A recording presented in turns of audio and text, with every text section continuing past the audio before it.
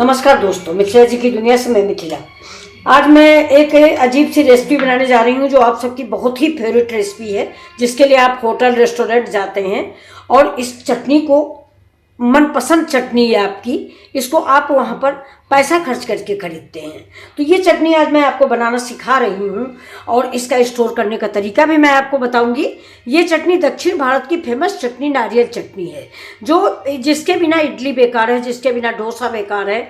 ये वहाँ की बहुत ही पसंदीदा चटनी है और अब तो हमें लगता है पूरे भारत में ये चटनी खाई जाती है और सबको बेहद पसंद आती है।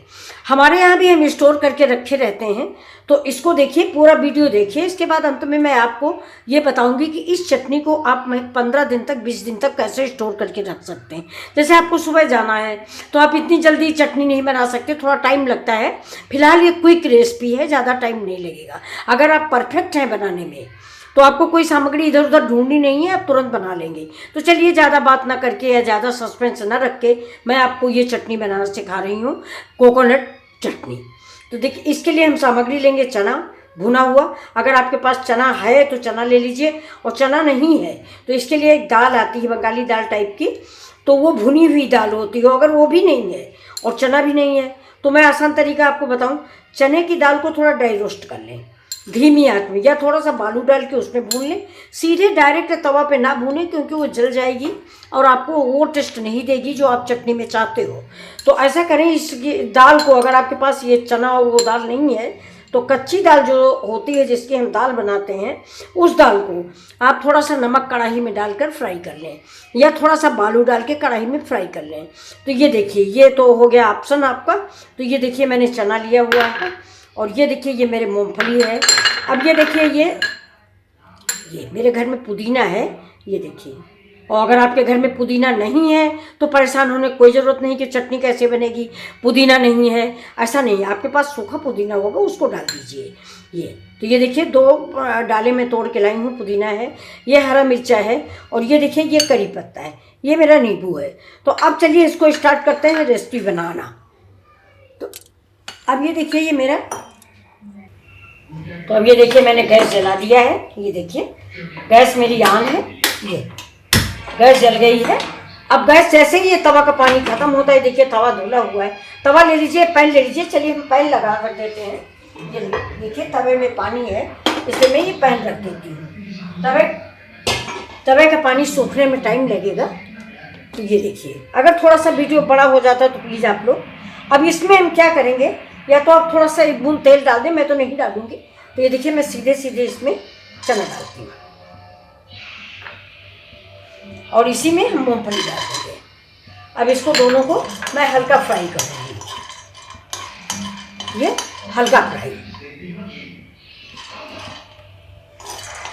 ये जैसे ही मेरा हल्का फ्राई हो जाएगा, हल्का फ्राई का मतलब ये है कि गरम मत, मुझे इसको पीसना है, इन सब चीज़ों को मुझे पीसना है। तो ये जो है, इसलिए थोड़ा गर्म किया जाता है कि फटाक से मसी उससे पिस जाए मिक्सी के जार में। और एक काम और आपको करना है जो मैंने एक साथ डाल दिया है, मुझे जल्दी थी।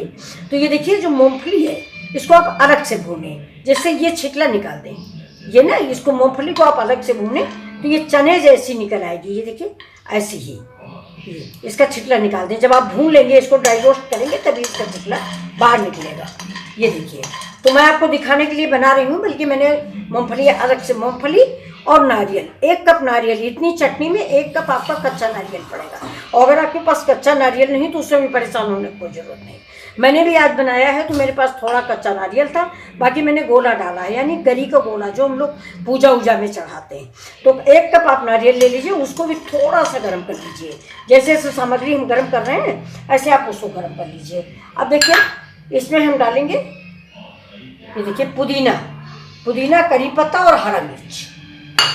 इसका हम डंठल तोड़ देते हैं और सब बिल्कुल हल्की आंच पे इसको फ्राई कर लेते हैं। इसके डंठल निकाल दिया मैंने। अब इसको मैं हल्का ड्राई रोस्ट करूंगी, हर चीज को।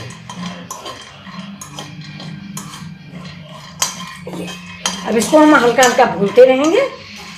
इतना हमें भून लेना है कि इसका छिकला निकल जाए, बस, और कुछ नहीं। तो देखिए दोस्तों, मैंने ये आपको ये दिखा दिया है। अब ये जब ठंडा हो जाएगा, ये जो दाने मैंने फ्राई किए, ये जब ठंडे हो जाएंगे तब इसका छिलका निकल जाएगा। और ठंडा होने के बाद मैं मिक्सी के जार में डालकर इसको पीस दूँगी। ये, और इसमें मैंने नारियल पहले ही फ्राई कर लिया है, कच्चा नारियल और एक अदरक का टुकड़ा। ये देखिए, कच्चा नारियल अदरक का टुकड़ा मैंने अलग काट के रख लिया है, जिसको मैं फ्राई कर चुकी हूँ। ये इतनी सामग्री और फ्राई कर ली हूँ। तो अब चलते हैं अगले वीडियो की तरफ। इसको ठंडा होने को रख देते हैं। ये ठंडा हो जाएगा तो मैं इसको मिक्सी के जार में डाल के पीस लूँगी। तो ये देखिए, ये मेरा सारा सामान, ये मूंगफली, चना, गरी और मिर्च, करी पत्ता, पुदीना सब देखिए ठंडा हो गया है। ये अब हमें ठंडा करके इसको इसमें डाल के पीस देंगे।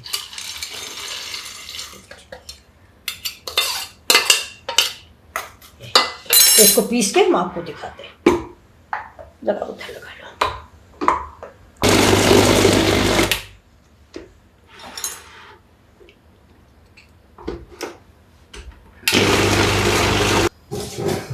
देखिए चटनी पीस गई है।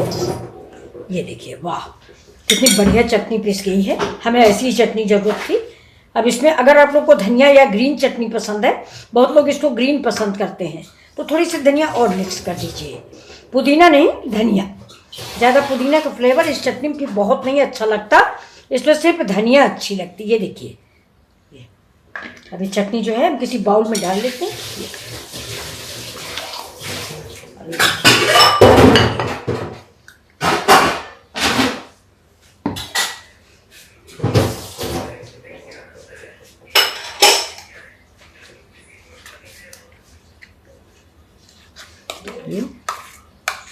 इस बाउल में डालिए। देखिए चटनी बहुत बढ़िया बन गई है।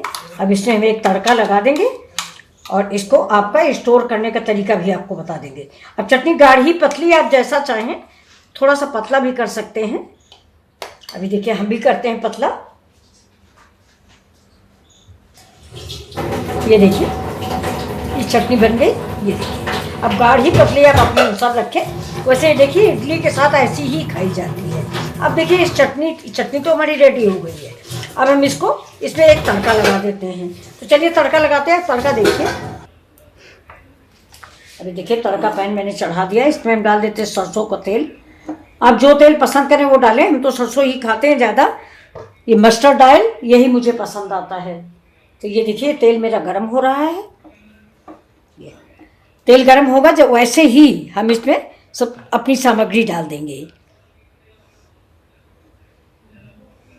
तो ये देखिए, ये मेरी राई है और लाल मिर्च है। ये राई और लाल मिर्च। अब थोड़ी सी हम ले लेते हैं हींग।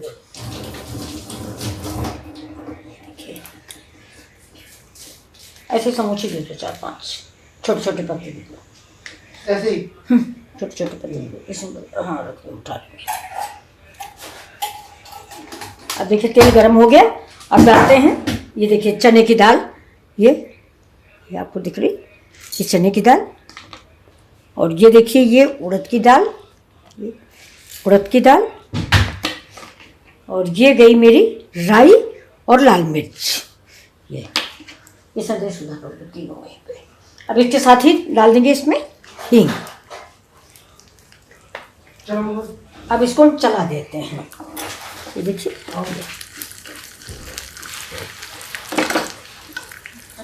देखिए और ब्रेड खाना। चलो दे दो। अब संदेश भैया हमारा कूपर है, उसको दे रहे हैं ब्रेड है। वो हमेशा ब्रेड ही खाता, ब्रेड के अलावा कुछ खाता नहीं।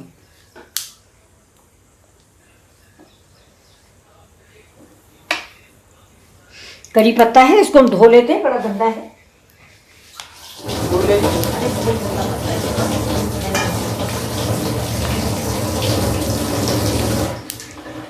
इसमें बरसात में करी पत्ते उत्ती में सफ़ेद सफ़ेद फफूंदी सी लग जाती। तो ये देखिए मेरा तड़का तैयार हुआ। इसमें डाल दिया मैंने करी पत्ता।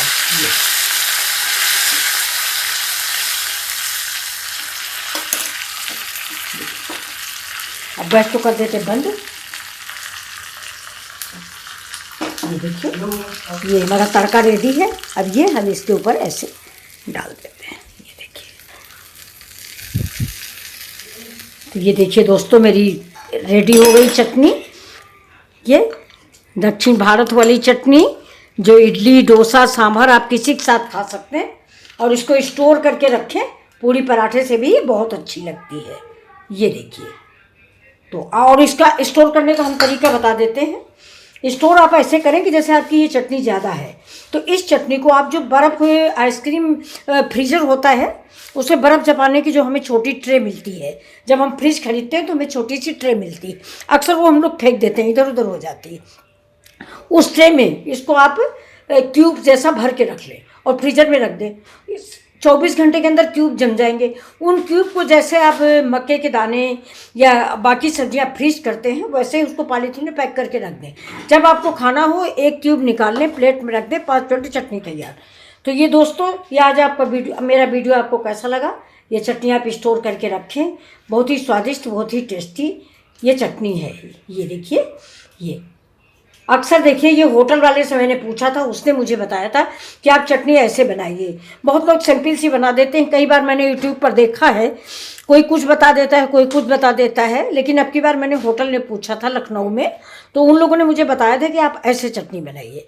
तो ये चटनी जो है ये खाने में डोसा, इडली, पराठा, पूड़ी किसी के साथ बेहद टेस्टी और ये बहुत अच्छी लगती है। तो दोस्तों, आपको मेरी ये चटनी कैसी लगी? अगर अच्छी लगी हो, ये मेरा वीडियो आपको अच्छा लगा हो तो प्लीज़ लाइक शेयर और सब्सक्राइब करें।